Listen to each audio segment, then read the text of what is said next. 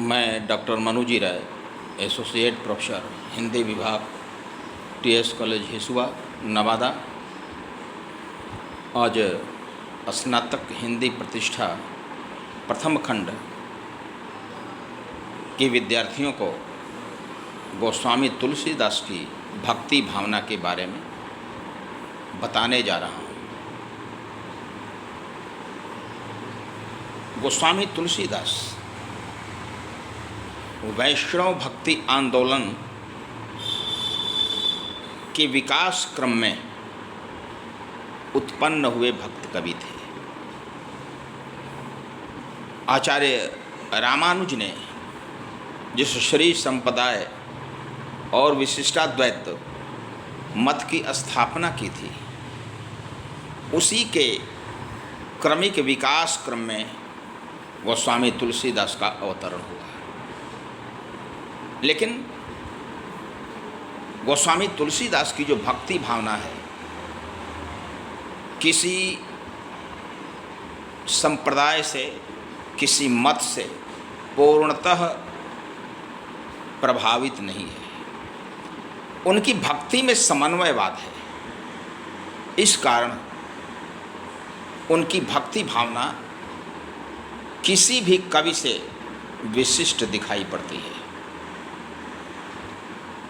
सबसे पहली बात हमारे विद्यार्थी ध्यान रखें कि तुलसीदास की जो भक्ति भावना है वह मर्यादावादी भक्ति है।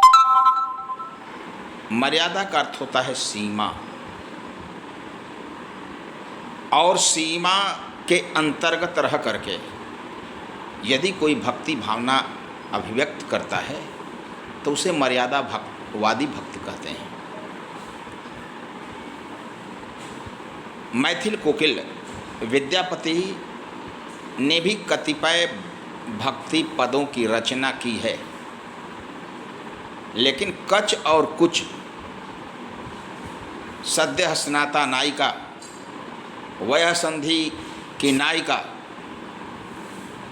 और उत्तेजक प्रसंगों वाली नायिका के अतिरिक्त उन्हें निवेदन, आत्मग्लानि, भागवत प्रशंसा से संबद्ध पद रच नहीं पाए। यह विद्यापति की कमजोरी थी। इसलिए उन्हें भक्ति पदों की रचना के बावजूद श्रृंगारी कवि माना गया। लेकिन गोस्वामी तुलसीदास ने मर्यादावादी भक्ति का पालन किया और उन्होंने कभी भी श्री राम को ललित नायक नहीं बनने दिया। ललित नायक वह है जो विभिन्न नायिकाओं के साथ प्रेम क्रीड़ा करे। उनके राम धीरोदात्त नायक हैं और मर्यादा के प्रबल समर्थक हैं। सीता और राम का कहीं भी अश्लील प्रसंग गोस्वामी तुलसीदास ने नहीं व्यक्त किया। विवाह के पश्चात जिस रात का विभिन्न दृश्यों में वर्णन होता है नायक और नायिका के मिलन का, उस रात के वर्णन को भी गोस्वामी तुलसीदास ने मर्यादित कर दिया है। उसमें निर्देश है कि राजा दशरथ जी अपनी रानियों को कहते हैं कि हमारी बहुएं जगी हुई हैं, उन्हें सोने के लिए कहा जाए। चारों बहुओं के बीच में कहीं कोई ऐसा प्रसंग नहीं आता जो अमर्यादित हो, बल्कि एक जगह संकेत करते हैं, नित जागरण करहि सब नारी, देई परस्पर हिलमिल गारी। यानी सभी नारियां बैठ करके एक दूसरे को गाली दे रही हैं, जो लोकाचार है। गांव की बहुएं, नगर की बहुएं एक तरफ होती हैं और गांव की बेटियां एक तरफ होती हैं, और दोनों के बीच में वाग युद्ध चलता है, वाग युद्ध प्रेम का। इसका संकेत गोस्वामी तुलसीदास ने किया है। यही नहीं, राम विवाह के अतिरिक्त रामचरितमानस में शिव का भी विवाह है। शिव के विवाह के पश्चात कुमार संभवम में कालिदास ने अश्लील श्रृंगार का वर्णन किया। किंवदंती है कि उस अश्लील श्रृंगार के वर्णन के चलते उन्हें कुष्ठ रोग हो गया था। जो भी हो, लेकिन तुलसीदास ने राम और सीता के विवाह में जो मर्यादा रखी थी, वही मर्यादा शिव और पार्वती के विवाह में भी रखते हैं। और विवाह के पश्चात प्रथम मिलन के प्रसंग में संकेत करते हैं, जगत मात पितु शंभु भवानी, तेहि सिंगार किम कहो बखानी। यानी जगत के माता पार्वती हैं, जगत पिता शिव हैं, उनके श्रृंगार का मैं वर्णन कैसे करूं। यानी वे तो हमारे माता पिता हैं, पूरे विश्व के माता पिता हैं। बस इसी के बाद वे पटाक्षेप कर देते हैं प्रेम प्रसंग का। रामचरितमानस के पुष्पवाटिका प्रसंग में राम और सीता ने एक दूसरे को देखा है, लेकिन वह संकेत स्थल नहीं है। हमारे विद्यार्थी इसको जरूर ध्यान में रखें। वह संकेत स्थल नहीं है, वह मिलन स्थल नहीं है। दोनों का पूर्व का कोई परिचय नहीं है। राम और लक्ष्मण को विश्वामित्र जी ने पूजा के लिए फूल लाने के लिए भेजा है, और सीता को सीता की माता सुनैना ने गौरी की पूजा करने के लिए भेजा है। अर्थात नायक और नायिका स्वयं नहीं गए हैं, वे प्रेषित किए गए हैं। यही मर्यादा है। राम सीता को देखते हैं, सीता राम को देखते हैं, लेकिन परस्पर कोई संभाषण नहीं होता। और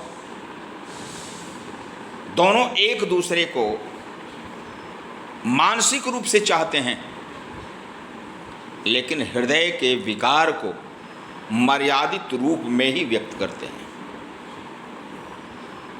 सीता मंत्रमुग्ध हो जाती हैं, रामचंद्र जी भी मंत्रमुग्ध हो जाते हैं, लेकिन उस मंत्रमुग्धता के बाद भी सीता गौरी की पूजा विधिवत करती है।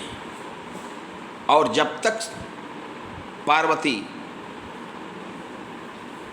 उन्हें आशीर्वाद नहीं देती, मन जाहि राच्यो मिलहि सोबर, सहज सुंदर सांवरो, करुणा निधान सुजान शील स्नेह जान तरावरो, तब तक वहाँ से हटती नहीं है।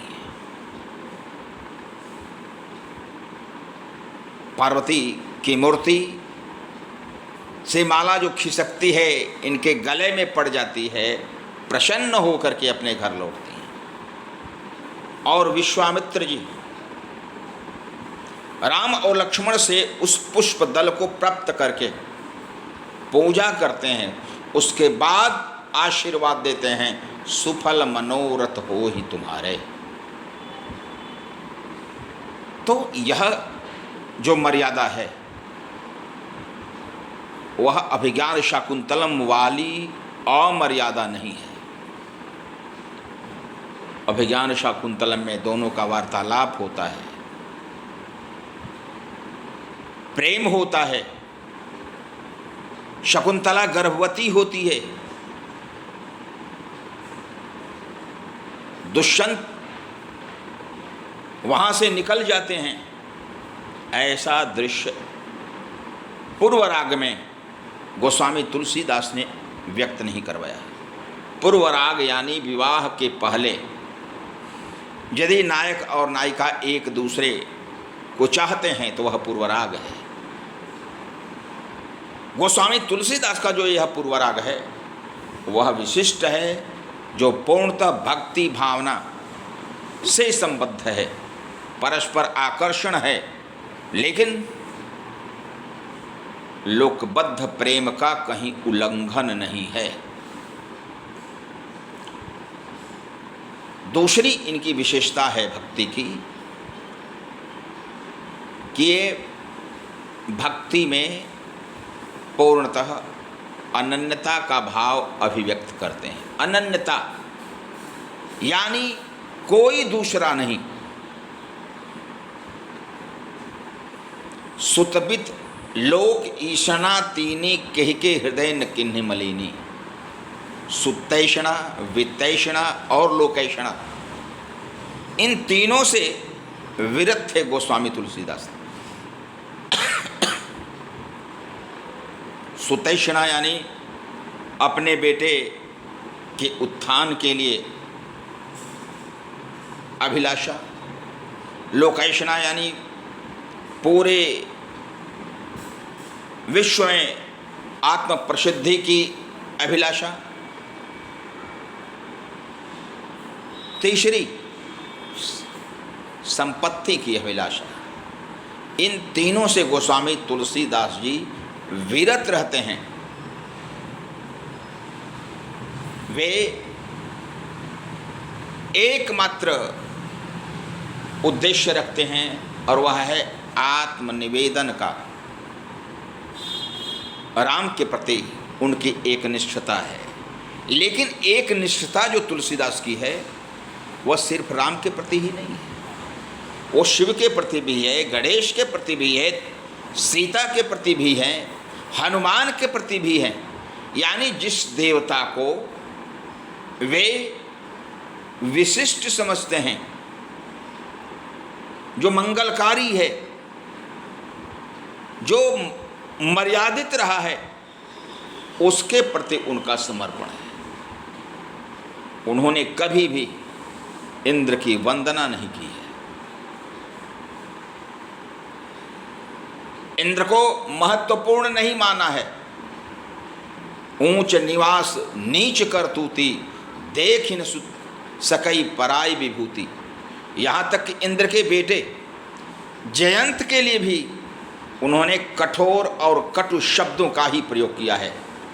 सुरपति सुत धरि बायस बेसा, खल चाहत रघुपति बल देखा। खल शब्द का प्रयोग किया उस दुष्ट जयंत के लिए जो सीता चरण चोचहत भागा, मूढ़ मंदमति कारण कागा। मूढ़ कहा, मंदमति कहा, खल कहा। इस कारण तुलसीदास जी ने एकेश्वरवाद की उस रूप में प्रस्तुति नहीं की जो इस्लाम और ईसाईयत में है। उन्होंने प्रत्येक मंगलकारी देवता के प्रति अपना आत्मनिवेदन व्यक्त किया है। बल्कि चातक चौतीसा उन्होंने दोहावली में जो व्यक्त किया है उसमें उनकी पूरी एकनिष्ठता और अनन्यता अभिव्यक्त हुई है। चातक और घनश्याम यानी काले बादल के प्रति जो प्रेम है वह प्रेम एकनिष्ठता से युक्त, अनन्यता से युक्त, पूर्णतः समर्पित भाव में सम्मिलित समवेत रूप में 34 दोहों में अभिव्यक्त हुआ है। एक भरोसो, एक बल, एक आस विश्वास, एक राम घनश्याम हित, चातक तुलसीदास। यानी एक ही भरोसा है, एक ही बल है, एक ही आशा है, एक ही विश्वास है, एक ही राम हमारे लिए घनश्याम है और मैं उनके लिए चातक हूँ। यह एक निष्ठता, यह अनन्यता कवि ने 34 पदों में व्यक्त की है, 34 दोहों में व्यक्त की है।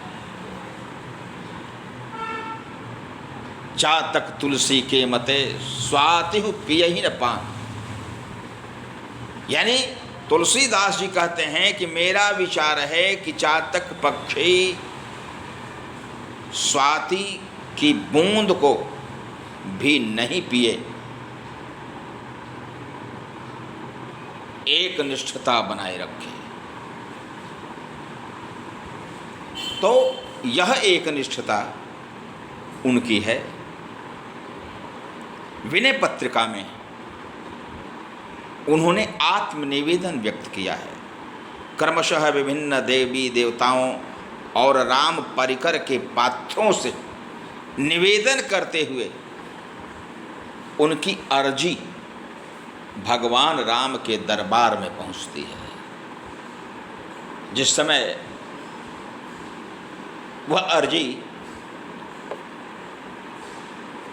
जगन माता सीता के पास पहुंचती है, उस अर्जी के बारे में गोस्वामी तुलसीदास जी ने बहुत आत्मनिवेदन के साथ अपनी श्रद्धापूर्ण भक्ति को अभिव्यक्त किया है।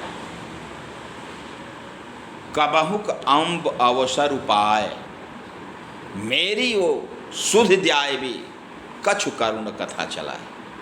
हे माँ, कभी सुअवसर प्राप्त करके मेरी भी करुण गाथा भगवान श्री राम के पास सुनाइएगा।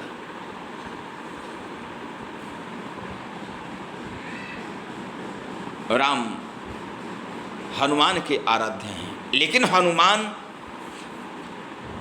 राम के प्रिय भले होंगे, लेकिन तुलसीदास के भी आराध्य हैं। अतुलित बलधाम महे स्वर्ण शैलाभते हम दनुज बन कृषानुम ज्ञान नाम अग्रगण्यम सकल गुण निधानम वानराणामधीशम रघुपति प्रिय भक्तम वात जातम नमामि। यानी रघुपति के भक्त को भी प्रणाम करना गोस्वामी तुलसीदास जी अपना पुनीत कर्म समझते हैं। रिपुसूदन पद कमल नमामि, सूर सुशील भरत अनुगामी। यदि राम के परिवार में सबसे कम चरित्र अभिव्यक्त हुआ है तो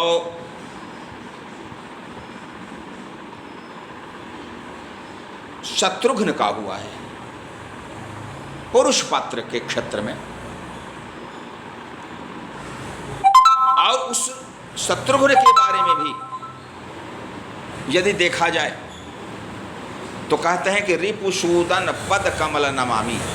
मैं रिपुसूदन अर्थात शत्रुघ्न के चरण कमलों को प्रणाम करता हूँ, जो शूर हैं, वीर हैं, सुशील हैं। शत्रुघ्न को लोग क्रोधी स्वभाव का मानते हैं, लेकिन गोस्वामी तुलसीदास जी उन्हें सुशील कहते हैं। भरत अनुगामी, यहाँ तक कि वे जितने भी पात्र हैं, सदादर्श पात्र, सबको आत्मनिवेदन व्यक्त करते हैं।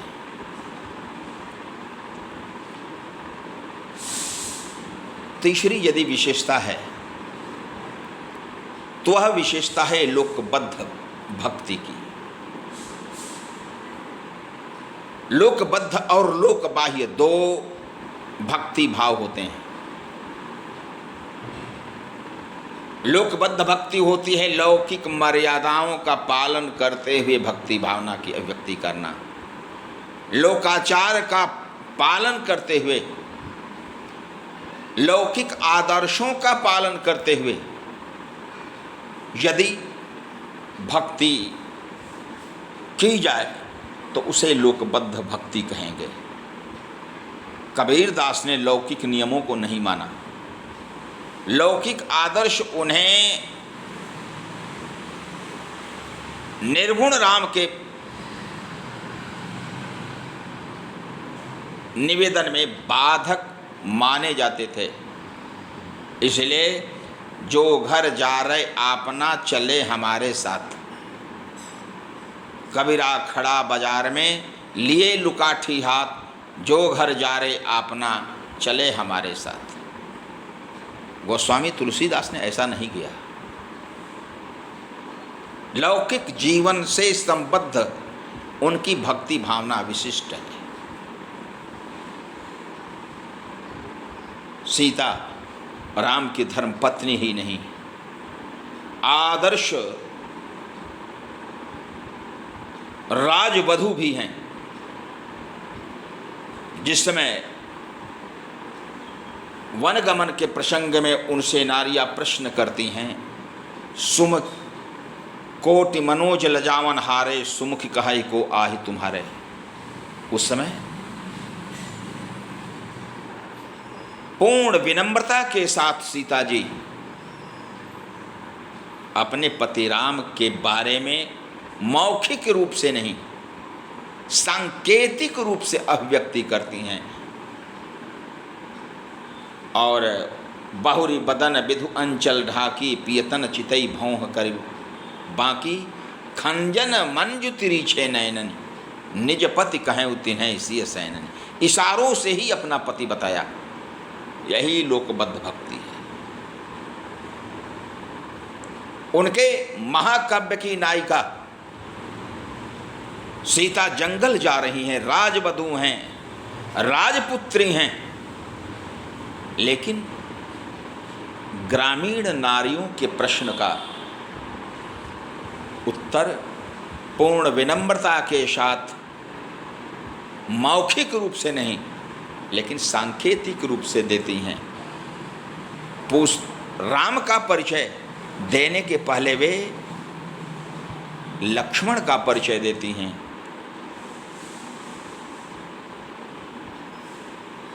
और लक्ष्मण के परिचय के माध्यम से वे बताने का प्रयास करती हैं कि मैं राम के परिचय के पहले लक्ष्मण के परिचय के द्वारा यह दिखाना चाहती हूँ कि उनके प्रति भी मेरा स्नेह असीम है।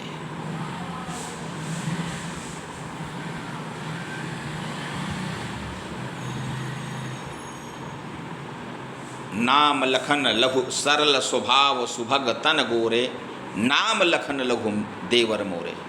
जिनका सरल स्वभाव है, जो सौभाग्यशाली हैं, जिनका गौर वर्ण है, वे हमारे देवर हैं। तो गोस्वामी तुलसीदास जी ने लोकबद्ध भक्ति का पालन किया है।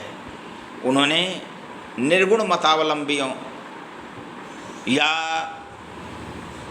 संत कवियों के मत के विरुद्ध अपना निर्णय दिया है। घर राखे घर जात है, घर छाड़े घर जात है, घर राखे घर जाए, तुलसी घर बन बीच ही रहियो प्रेम पुरुष आए। यानी तुलसीदास जी ये नहीं चाहते हैं कि इस घर के प्रेम के चलते उस घर को छोड़ दिया जाए, लोक से प्रेम करके परलोक को छोड़ दिया जाए, परलोक के प्रेम के चलते लोक को छोड़ दिया जाए। यही कारण है कि उनके जो सदादर्श पात्र हैं वे राम के राज्यारोहण के पश्चात अपने अपने कार्यों में लग जाते हैं। कोई संत बन करके घूमता नहीं, अपने लौकिक नियमों का पालन करते हैं, लौकिक धर्म का पालन करते हैं। यही लोकबद्ध भक्ति है। सीता जी रानी ही नहीं, एक राजवधू हैं। और सीता जी के बारे में कवि ने कहा है, राज्यारोहण के पश्चात राजा रानी बनने के बाद निज गृह चर्चा सीता करई, यानी अपने घरेलू कार्य को सीता अपने हाथों से करती हैं।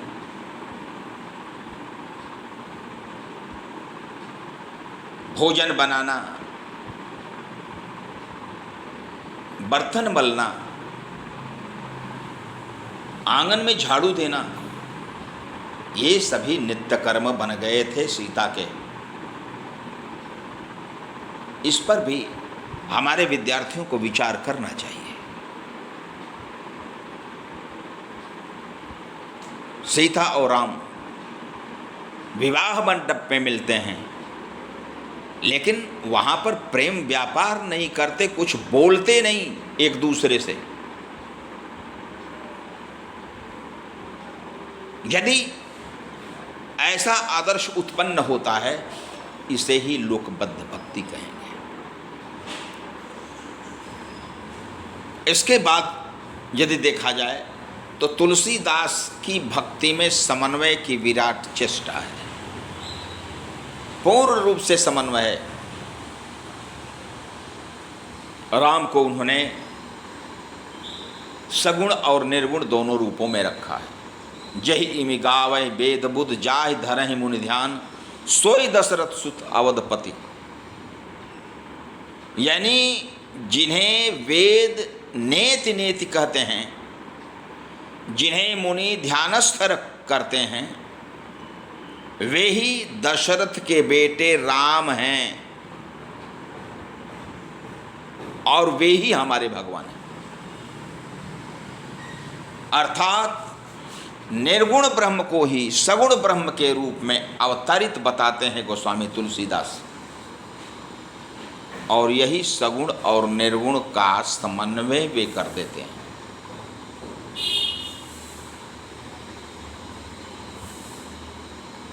कई प्रसंगों में राम के विराट रूप के दर्शन के क्रम में ब्रह्मा, विष्णु और महेश तीनों को राम के भीतर उपस्थित बताया गया है। जिस समय काकभुषुंडे जी राम के मुख विवर में प्रवेश कर जाते हैं, तब उनको वही दृष्टिगोचर होता है। माता कौशल्या जब राम के मुख को देखती हैं, मुख विवर को देखती हैं, उसमें भी यही दृश्य उपस्थित होता है। इस कारण उन्होंने राम को ब्रह्मा, विष्णु और महेश तीनों से विशिष्ट कहा है। विष्णु कोटि सम पालन करता भगवान श्री राम है, रुद्र कोटि सम संहर्ता, यानी विष्णु करोड़ों विष्णु के समान वे पालन करने वाले हैं, तो करोड़ों शिव के समान संहारकारी भी हैं।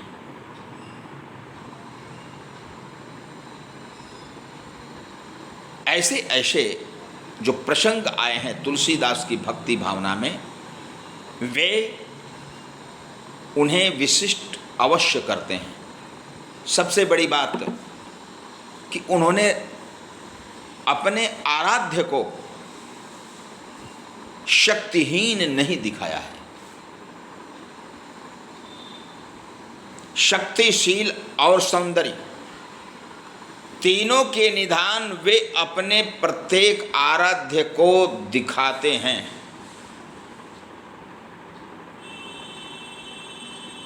कोई भी आराध्य उनका, चाहे शिव हो, राम हो, लक्ष्मण हो या हनुमान हो, सबको वे शक्तिशील और सौंदर्य का निधान मानते हैं। हनुमान भले ही वानर है, लेकिन कनक भूधराकार शरीरा, समर भयंकर अति बलबीरा, सोने के पहाड़ के समान हनुमान जी हैं। स्वर्णाभ देहम, सोने की चमक वाले हनुमान जी हैं। से रामचंद्र जी को नीलांबुज श्यामल कोमलांगम, सीता समारोपित बाम भागम, लेकिन यह तो सौंदर्य हुआ। शक्ति स्वरूप भी दिखाते हैं। पाणौ महा सायक चारु चापम, नमामि रामम रघुवंशनाथम। दोनों हाथों में, एक हाथ में धनुष और एक हाथ में बाण, ऐसा स्वरूप प्रदर्शित करते हैं। कहीं भी राम को जब उन्होंने वर्णित किया है तो धनुष और बाण से अलग नहीं रखा है। यानी राम यदि कोटि मनोज लजावन हारे हैं तो शक्ति संपन्न भी हैं।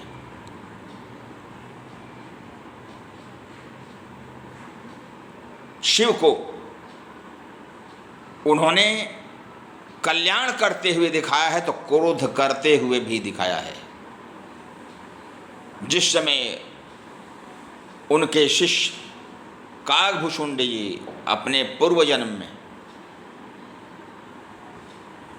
शिव के मंदिर में रह करके अपने गुरु को प्रणाम नहीं करते हैं,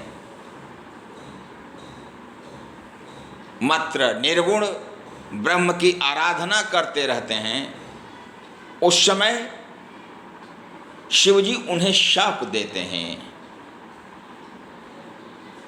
जो नहीं दंड देव खल तोरा, भ्रष्ट होई श्रुति मार्ग मोरा। अरे दुष्ट, यदि मैं तुझे दंड नहीं दूंगा तो जो मेरा मार्ग है वह भ्रष्ट हो जाएगा। यह जो प्रसंग है गोस्वामी तुलसीदास का विशिष्ट प्रसंग है। इस रूप में उनकी प्रतिष्ठा होनी चाहिए।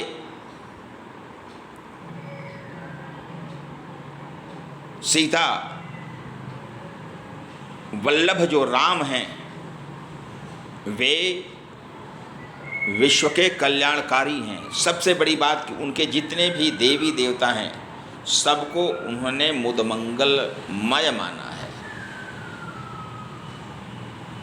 जैसे कहा जाता है कि राम जन्म जग मंगल हेतु, राम का जन्म कैसे हुआ है तो विश्व के मंगल के लिए हुआ है। हनुमान का जब वर्णन करते हैं उस समय भी जयति मंगलागार संसार भारापहार, वानराकार विग्रह पुरारी। वे वानराकार विग्रह शिव के अवतारी के रूप में हनुमान का वर्णन करते हैं जो मंगलकारी हैं। तो ऐसे ऐसे जो दृश्य आते हैं वे सिद्ध करते हैं कि गोस्वामी तुलसीदास जी ने अपनी जो भक्ति रखी है वह भक्ति शक्ति, शील और सौंदर्य से युक्त रखी है। शील क्या है तो चरित्र। चरित्रहीन व्यक्ति की प्रशंसा करना तुलसीदास को उचित नहीं लगता था। इसी कारण उन्होंने इंद्र की वंदना नहीं की, जो कि स्वयं देवताओं के राजा हैं। इंद्र को सभा के बीच में व्यक्तिगत रूप से निम्न रूप में ही प्रदर्शित किया है, लेकिन उनसे निम्न पात्र जो राम कार्य में जुटा हुआ है उसे वे पूर्णतः महिमा प्रदान करते हैं, उनके प्रति आत्मनिवेदन भी व्यक्त करते हैं। अब यह देखा जाए कि तुलसीदास जी ने भक्ति की अभिव्यक्ति के क्रम में कहीं कहीं सगुण को निर्गुण की अपेक्षा श्रेष्ठ बताया है। बार बार वे चाहते हैं कि सगुणवाद की ही प्रशंसा की जाए, सगुणवाद की ही महत्ता प्रदर्शित की जाए। प्रारंभ में शिव पार्वती की कथा में भी यही होता है। सती शिव और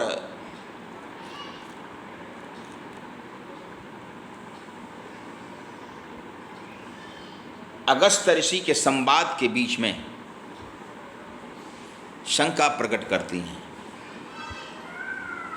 कि यदि भगवान राम ब्रह्म हैं तो नारी के वियोग में मूर्ख के समान रो क्यों रहे हैं। ऐसा उचित नहीं है। रामचंद्र जी के उस दृश्य को देख करके शिव को शंका नहीं होती है, वे प्रणाम करते हैं। बाद में वो समझाते हैं, फिर भी सती नहीं मानती। अंततः सती को जलना पड़ता है, पुनः पार्वती के रूप में उनका जन्म होता है और पार्वती अगले जन्म में पूर्णतः सगुण भक्ति की उपासिका बन जाती है। जो भी शिवजी कथा कहते हैं वह राम के लीला पुरुषोत्तम स्वरूप के दर्शन करके, राम के कार्य के दर्शन करके हो बहु वही कथा पार्वती के समक्ष सुनाते हैं और पार्वती उन्हें पूर्णतः आत्मनिवेदन के साथ श्रवण करती हैं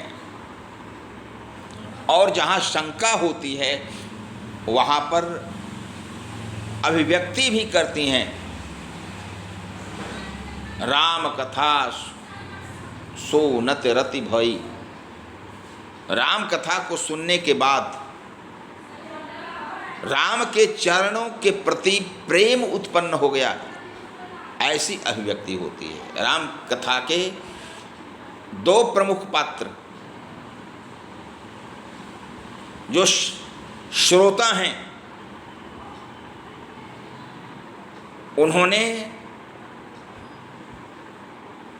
राम के प्रति यह अभिव्यक्ति की है कि राम कथा श्रवण करने के बाद उनका राम के चरणों के प्रति प्रेम प्रदर्शित हुआ है, प्रेम विकसित हुआ है, परिवर्धित हुआ है और उसमें प्रथम स्थान यदि है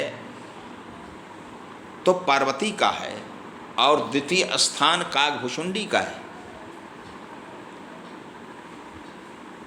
गोस्वामी तुलसीदास ने, उनकी एक भक्ति की और विशेषता है कि जातिवाद के आधार पर उनकी भक्ति की अभिव्यक्ति नहीं की जा सकती।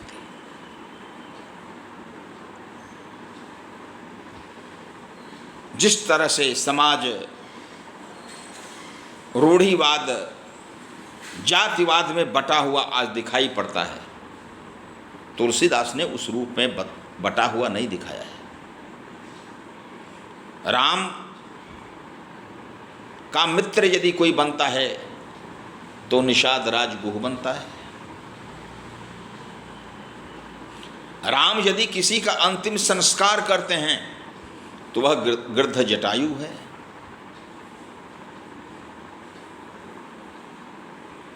राम का कोई आदर्श भक्त है तो वह काकभुशुंडी है,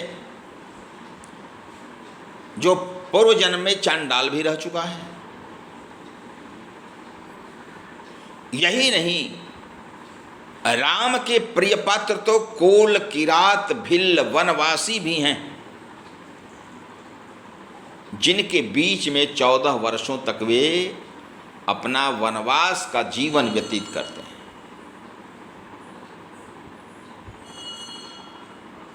जिस समय भरत के साथ वशिष्ठ, तेनौरानिया, सुमंत इत्यादि चित्रकूट के लिए प्रस्थान करते हैं, उस समय जिस निषाद ने राम का सानिध्य प्राप्त किया था, उस निषाद से दौड़ करके 10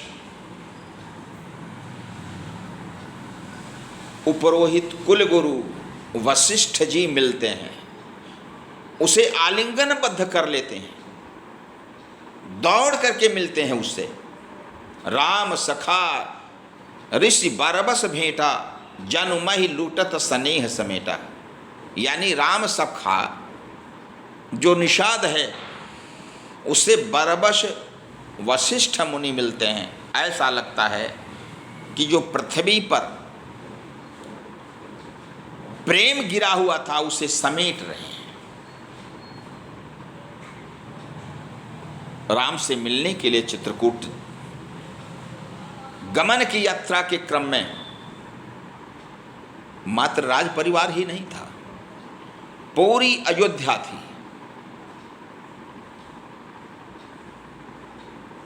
जहां तक सुमंत का प्रश्न है, सुमंत सारथी हैं, सूत का कार्य करते हैं, लेकिन सचिव भी हैं,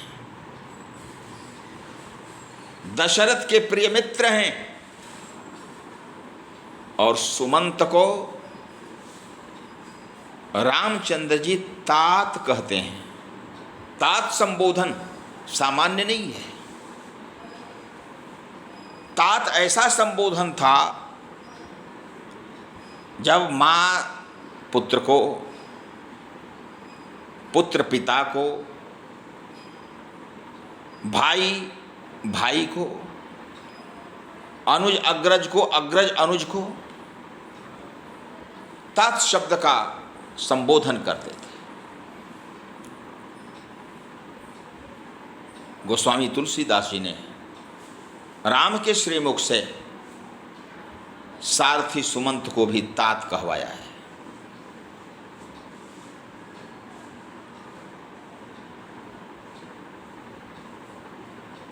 त्रिजटा राक्षसी है, वर्ण के आधार पर, गोत्र के आधार पर। गोस्वामी तुलसीदास ने पात्रों का विभाजन नहीं किया है। त्रिजटा राक्षस कुल की हैं, लेकिन उन्हें सीता जी माता कहती हैं।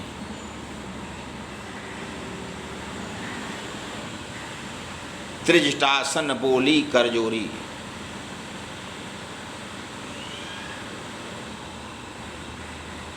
और क्या बोलती हैं? आन काठ रच चिता बनाई, माथ अनल पुनि देहु लगाई। हे माँ, चिता सजा दीजिए मेरे जलने के लिए और उसमें आग लगा दीजिए।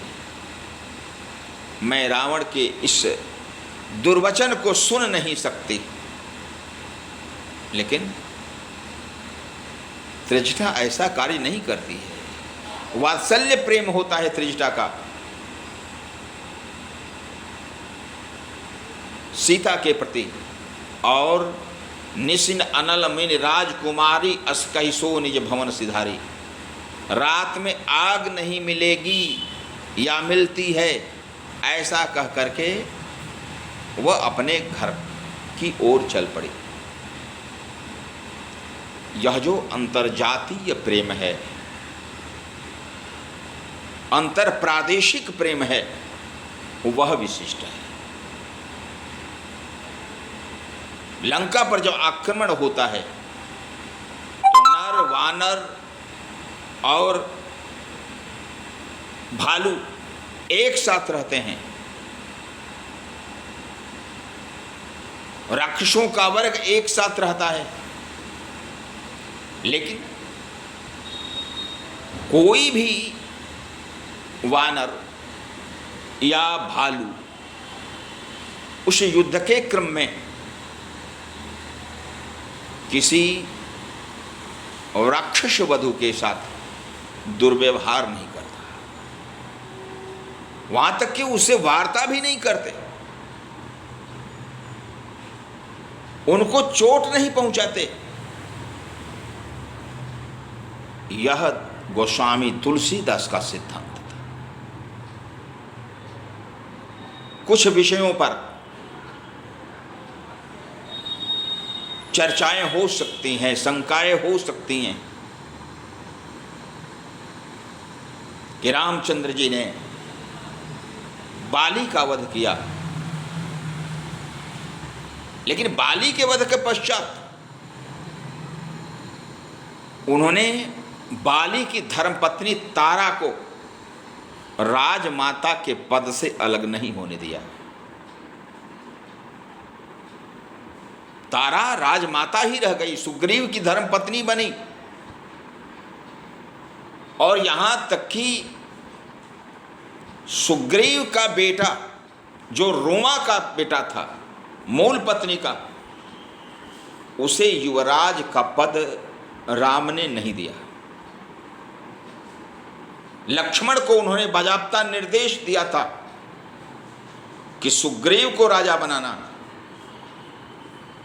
लेकिन राजमाता का पद तारा को मिलना चाहिए और राजकुमार का पद या युवराज का पद बालीपुत्र अंगद को मिलना चाहिए। यानी न तो सुग्रीव की मूल पत्नी रूमा और न सुग्रीव का मूल पुत्र, ये दोनों राजमाता और राजकुमार नहीं बन सके। राज दिन सुग्रीव कह अंगद कह युवराज। और जब लक्ष्मण जी क्रोध करके पंपापुर में प्रवेश करते हैं, उस समय सुग्रीव को बचाने के लिए तारा अंगद के साथ लक्ष्मण के समक्ष उपस्थित होती है, और लक्ष्मण को उसके चेहरे को देख करके जो क्रोध था वह समाप्त हो जाता है। अर्थात वह सुग्रीव के बचाव के लिए गई है। गोस्वामी तुलसीदास ने जो नारियों का चरित्र व्यक्त किया है, उसे ध्यान से देखा जाए तो वैसा चित्र शायद ही कहीं मिलेगा। रावण की उन्होंने आलोचना की है, लेकिन रावण की धर्मपत्नी के बारे में उन्होंने सीमित शब्दों में ही जो उसकी विशिष्टता बताई है, वैसा वर्णन कहीं खलनायक की धर्मपत्नी का नहीं मिलता है। मैं तनुजा मंदोदरी नामा परम सुंदरी नारी ललामा, परम सुंदरी थी, नारियों में श्रेष्ठ थी, और वह बार बार अपने पति को समझाती है कि सुग्रीव से युद्ध नहीं करे।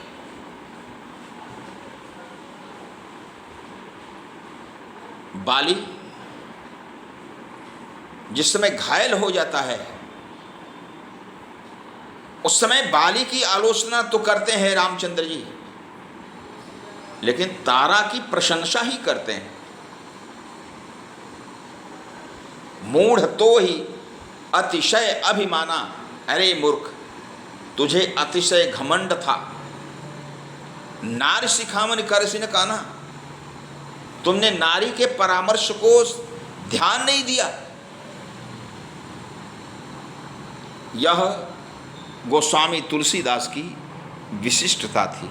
इसलिए गोस्वामी तुलसीदास की भक्ति भावना के विवेचन के क्रम में उनकी